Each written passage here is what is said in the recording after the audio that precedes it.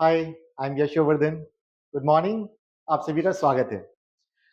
आज की हेडलाइन है पाकिस्तान में एक ट्रेन के ऊपर जो अटैक किया गया है, उस पे बात कर रहा हूँ। ये खबर मैंने उठाई है सीधा बीबीसी से।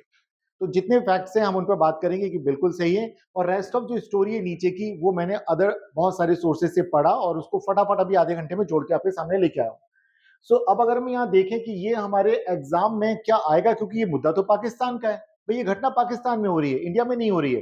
ठीक है कि अभी इंडिया में अगर होती तो हम कहते राइट, इंडिया में हमें जरूरत पड़ती, बट ये पाकिस्तान की घटना में इंडिया में चर्चा क्यों कर रहे हैं? देखिए यहाँ पे कुछ नाम आएंगे। एक आएगा सीपैक का नाम आएगा, एक रॉ का नाम आएगा और एक आएगा बलूचिस्तान का। और खान अब्दुल गफ्फार खान, आप सब जानते हैं नाम इनका, सीमांत गांधी जी ने बोला जाता था। और फिर एक आएगा कि अच्छा ये बलूचिस्तान जो है, क्या ये भारत और पाकिस्तान के पहले आजाद हो गया था? बिल्कुल, 11 अगस्त को। और पाकिस्तान कब आजाद हुआ? 14 अगस्त को। और भारत हुआ 15 अगस्त। इट मीन्स ये पहले से एक आजाद मुल्क था। 48 में इस पे पाकिस्तान ने कब्जा कर लिया और उसने कोशिश की थी कश्मीर पर कब्जा करने की, जहां पर कि वो सफल नहीं हो पाया था, बट यहां पर कर लिया था। और जैसे कि यहां पे जो खान था उसने साइन कर दिया था जिन्ना के प्रेशर में शामिल होने पे। तो कई बार लोग कंपैरिजन करते कि यहां पे भी कौन था? हरि सिंह, राजा हरि सिंह ने जवाहरलाल नेहरू के साथ समझौता कर लिया था।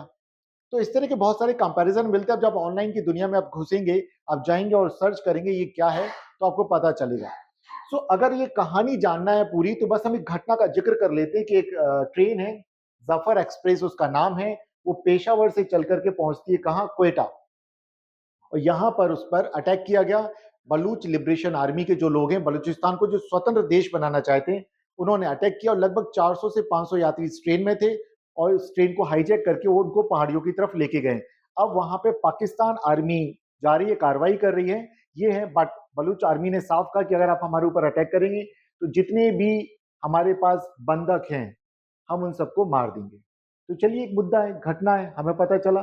बट इस घटना से हमें क्या सबक मिलते हैं हमारे लिए जो भारत में चीजें होती हैं? क्योंकि इंडिया में भी मुंबई पर अटैक हो चुका है, इंडिया में और भी इस तरह की घटनाएं लगातार होती तो हमें ये पता चलेगा ऐसी कंडीशन अगर बनती, सिचुएशन बनती है, तो इंडिया को क्या करना चाहिए। क्लियर है? और ये क्यों हो रहा है, तो चलिए हम यहाँ पे देखते हैं ये क्या कहते हैं। वे कहते हैं, बलूच लोगों का क्या कहना है कि भारत और पाकिस्तान के बंटवारे के वक्त उन्हें जबरदस्ती शामिल कर लिया गया पाकिस्तान में। वे नहीं होना चाहते थे शामिल, और बांटो और राज करो की नीति वहां भी चली। मोहम्मद अली जिन्ना भी वहां पे था। ठीक है, खान अब्दुल गफ्फार खान की बात नहीं सुनी गई। मोहम्मद अली जिन्ना जो था वो यहाँ पर था, क्योंकि वहां पे जो अंग्रेज लोग थे उन्होंने क्या किया, और वहां के जो खान था उसने, जैसे हम यहाँ पे बीएन राव का नाम सुनते हैं ना, बीएन राव कौन थे? संविधान सभा के सलाहकार, लीगल एडवाइजर। जिना बलूत का बन गया।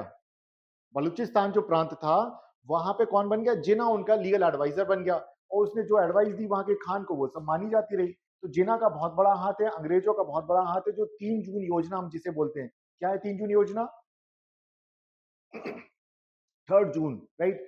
3 जून 1947 की जब हम बात करते हैं, 3 जून योजना की हम बात करते हैं, तो इसे माउंट बेटन योजना भी कहा जाता है, जिसके आधार पर भारत और पाकिस्तान का बंटवारा हुआ। ठीक है, बिल्कुल, सीमाओं का निर्धारण नहीं, बंटवारा। बंटवारा हुआ था कि ये प्रांत यहां जाएंगे, ये प्रांत यहां जाएंगे, ये हुआ था।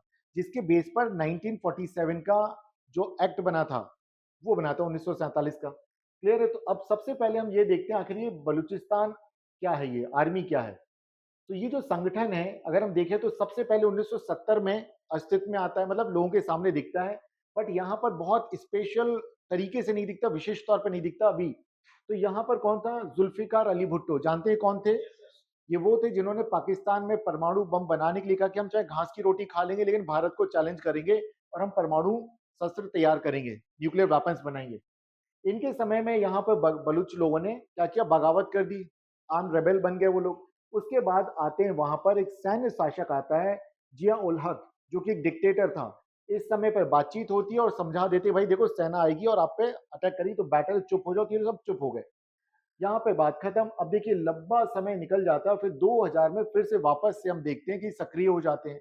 लेकिन इस दौरान क्या होगा कि इनके एक बहुत बड़े नेता थे, सरदार अकबर खान बुगटी।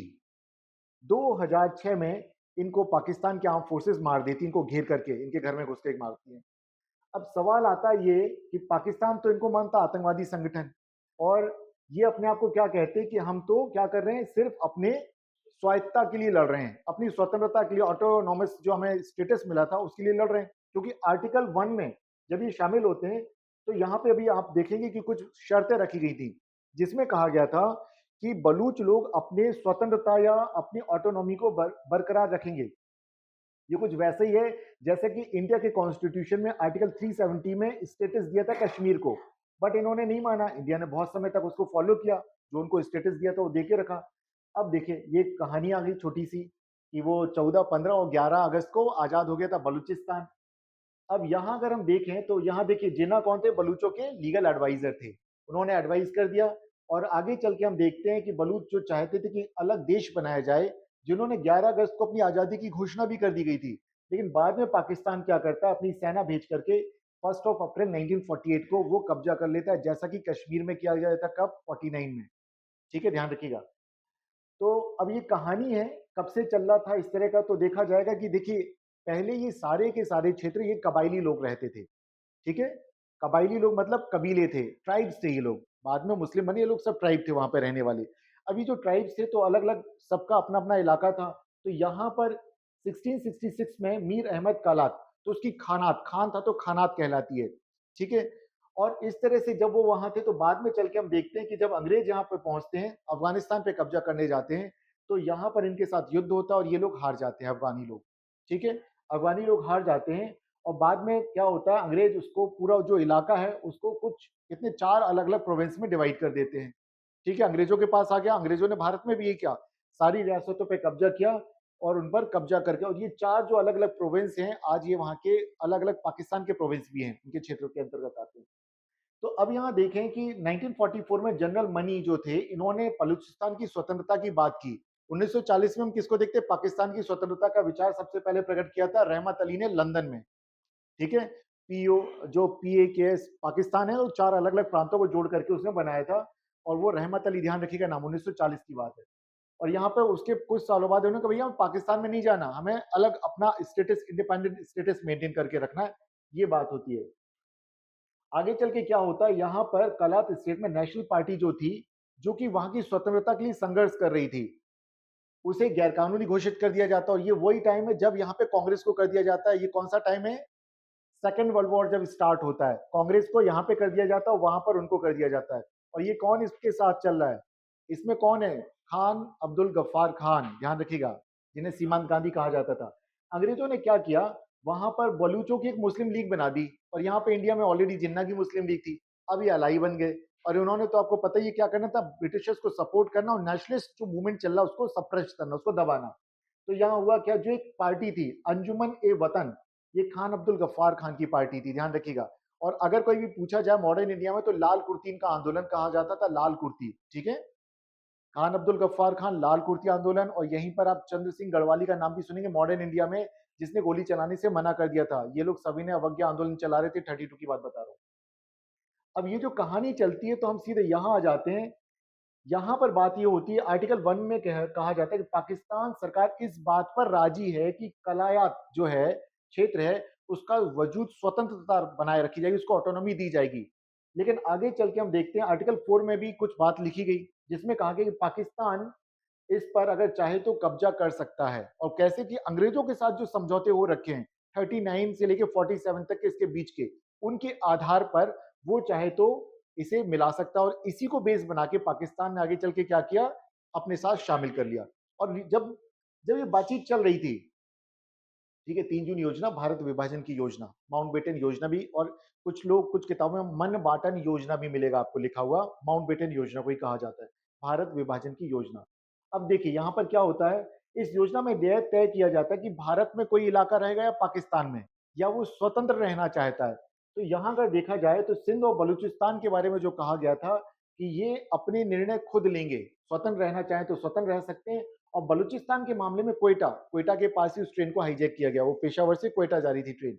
तो कोयटा की नगर पालिका को यह अधिकार दिया गया था कि वो तय करेगी कि उसे पाकिस्तान में रहना है या अफगानिस्तान के साथ मिलना है या ईरान के साथ। इनके साथ ये बातें चल रही थी कि आप ईरान में जाना चाहते हो, पाकिस्तान में जाना चाहते हो, अफगानिस्तान। और ये लोग लगातार, तो उन्होंने कहा क्यों जाए भाई, अगर मान लीजिए पाकिस्तान ये कहता है कि हम मुस्लिम हैं और आप भी मुस्लिम हैं तो आप हमारे साथ शामिल हो जाओ, तो बेटर हम ईरान के साथ, अफगानिस्तान के भी साथ जा सकते हैं, बट हमें नहीं जाना, हमें हमारा इंडिपेंडेंट स्टेटस मेंटेन करके रखना है। क्लियर है? तो ये कहानी यहाँ पे चलती है। तो देखिए क्या कहा इन्होंने, अफगानिस्तान ईरान, यहाँ बहस चली थी, तो उन्होंने कहा कि नहीं भाई हम अपने आप को आजाद रखना चाहते हैं, हमें किसी के साथ ना जाना, ना ईरान के साथ ना अफगानिस्तान के साथ, हम चाहते कि हम आजाद रहें। ठीक है, तो उन्होंने आजाद बनने की कोशिश की और बोला भी कि भाई इस्लाम के नाम पर पाकिस्तान के लोग ऐसा समझते थे कि भाई ये भी इस्लामिक है, हम भी इस्लामिक हैं, आज नहीं तो कल ये क्या होगा, शामिल हो जाएंगे। क्लियर है? ये सोच के उन्होंने कहा कोई बात नहीं, चलो जाने दो अभी। लेकिन आगे चल के हम देखते हैं कि क्या हुआ, कि पाकिस्तान ने उस पर कब्जा कर लिया। क्लियर है? चलिए, ये कहानी हम बता चुके हैं आपको कब आजाद हुआ। सो अब ये मुद्दा अगर हम देखें, बड़ा मुद्दा जो है वो क्या है, मुद्दा है रिसोर्सेस का। ठीक है, मुद्दा किस चीज का है, मुद्दा है रिसोर्सेस का। क्या आप जानते हैं भारत के अंदर जो रेड कॉरिडोर एक कहा जाता है किसी कुछ इलाकों को, वो क्या है? वो वो भारत के सबसे ज्यादा संपन्न इलाके हैं मिनरल्स के मामले में। ध्यान से मेरी बात को सुनते जाइएगा अभी। वो सबसे ज्यादा संपन्न इलाके हैं जहां पर कोल मिलता है, स्टील मिलता है और अदर मिनरल्स मिलते हैं। लेकिन उन इलाकों को रेड कॉरिडोर कहा जाता है। क्यों? क्योंकि वो है ट्राइबल लोगों के इलाके, जहां आदिवासी रहते हैं, वो जंगल के इलाके हैं। और वहां पे क्योंकि आना जाना बड़ा मुश्किल है, पहाड़ी इलाके हैं, जंगल के इलाके हैं और आदिवासी रहते हैं, तो उनको मुख्य धारा में शामिल नहीं किया गया। तो उन्होंने क्या किया, लाल सलाम शुरू कर दिया। लाल सलाम मतलब एक कम्युनिस्ट विचारधारा को मानते हैं, जो बोलते हैं, माओ से जेडोंग जो था, माओ से तुंग भी कहा जाता है जिसे, वो बोलता है कि बैलेट से लो, नहीं सॉरी, बुलेट से लो, बैलेट से नहीं। बैलेट पेपर मतलब चुनाव, वो बोलता है ना, हम बुलेट से लेंगे, मतलब गोली से ले लेंगे आजादी। तो इस रणनीति पर चलते बलूच लोग भी वही कर रहे हैं कि हमारे रिसोर्सेज को आप यूज कर रहे हैं। कौन यूज कर रहे हैं? पूरा पाकिस्तान यूज कर रहा है। मध्य प्रदेश और छत्तीसगढ़ का बंटवारा क्यों हुआ था, आप लोग जानते हैं? उन्होंने कहा बिजली हम बनाते हैं, कोयला हम देते हैं, इस्तेमाल पूरा मध्य प्रदेश करता है, तो हमें तो कुछ मिलता नहीं, आदिवासी हम लोग। ठीक है, बालाडीला में स्टील प्लांट है, दुनिया भर के वहां कोयला मिलता है। ठीक है, अब आप सोच के देखिए, तो ऐसे में रिसोर्सेज को, तो एक बड़ा झगड़ा क्या है रिसोर्सेज को लेकर के, कि भाई हमारे रिसोर्सेज, हमारे आप मिनरल्स यहाँ से निकालते हो और हमारे को उतने आर्थिक जो संसाधन है हमें मिलना चाहिए। क्या मिलना चाहिए? हेल्थ मिलना चाहिए, सैनिटेशन मिलना चाहिए, एजुकेशन मिलना चाहिए, इंफ्रास्ट्रक्चर अच्छा होना चाहिए, इलेक्ट्रिसिटी मिलना चाहिए, वो तो मिल ही नहीं रहा है। जब वो नहीं मिलेगा तो क्या होगा? अंदर से असंतोष होगा। ठीक है, और इंसर्जेंसी वहां पे बढ़ती चली जाती है, अशांति बढ़ती चली जा रही है। वही रीजन है। और एक और बड़ा रीजन है, ये ट्राइब लोग हैं और ट्राइब लोग हमेशा आजाद रहना पसंद करते हैं। ठीक है, या तो उनको सिविलाइजेशन करो, मॉडर्न वाला सिविलाइजेशन, आप वो कर नहीं रहे हो। भैया उन्हें मॉडर्न स्कूल में पढ़ाना शुरू कर दो तो उन्हें लगे अरे वाह ये चीज बढ़िया है। जैसे इंडिया में क्या हुआ था, इंडिया का जितना अपर क्लास था वो सारे के सारे 1857 के रिवोल्ट में किसके साथ थे? ब्रिटिशर्स के साथ थे। वाई? क्योंकि उनको लगता था ये मॉडर्नाइजेशन लेकर क्या है।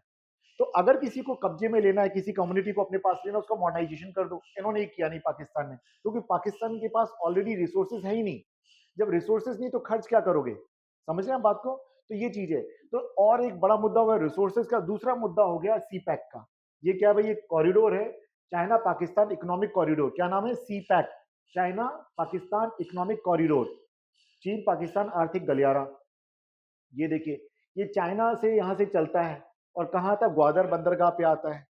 अब ये ग्वादर बंदरगाह जो है, अगर यहाँ देखें तो पाकिस्तान में है। और ये जो इलाका है, ये पूरा कौन सा इलाका है? बलूचिस्तान का इलाका है। क्लियर है?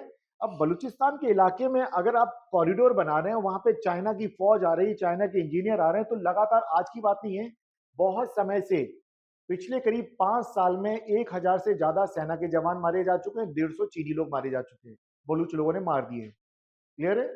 क्यों? क्योंकि वो विरोध कर रहे हैं कि भाई इससे दखल हो जाएगा, यहाँ पे अगर इंफ्रास्ट्रक्चर डेवलप हो जाएगा तो दखल बढ़ जाएगा। जैसे भारत में क्या करते हैं नक्सलवादी लोग, वहां के स्कूल उड़ा देंगे, अस्पताल उड़ा देंगे, पुल पुलिये उड़ा देंगे, ताकि यहाँ डेवलपमेंट ही ना हो। अगर डेवलपमेंट नहीं होगा तो आप क्या करेंगे? वहां के जो लोग लोकल आदिवासी हैं उन्हें बहकाना आसान होगा, तो बलूच लोगों के लिए भी आसान होगा। हालांकि मुद्दा रिसोर्स का है, मुद्दा रिसोर्स का है।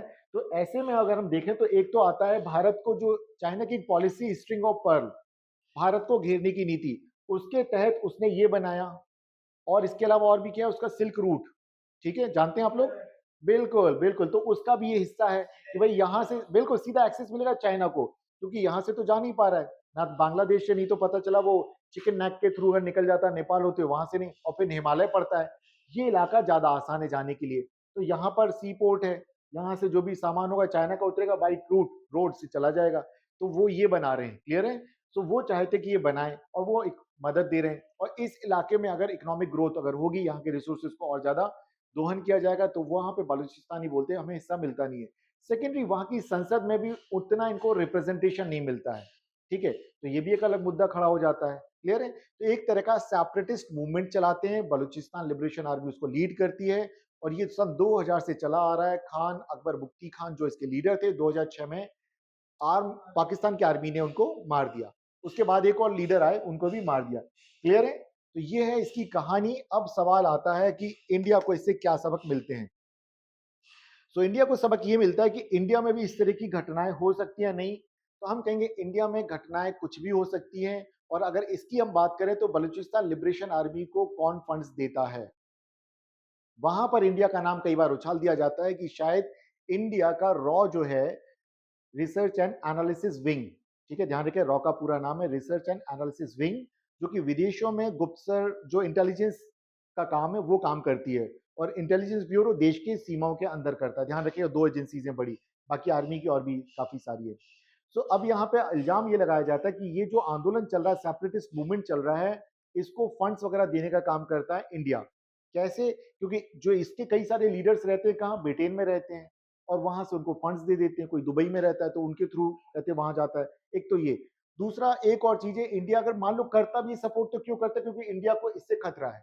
वो चाहेगा इस तरह के कॉरिडोर बनाना, इंडिया से बनाओ ना भाई, पाकिस्तान के साथ क्यों? क्योंकि पाकिस्तान की इकोनॉमी फिर ग्रो करेगी तो और दुनिया के और देश इस कॉरिडोर के पास क्या करेंगे, अपनी फैक्ट्रीज लगाने आ जाएंगे भाई।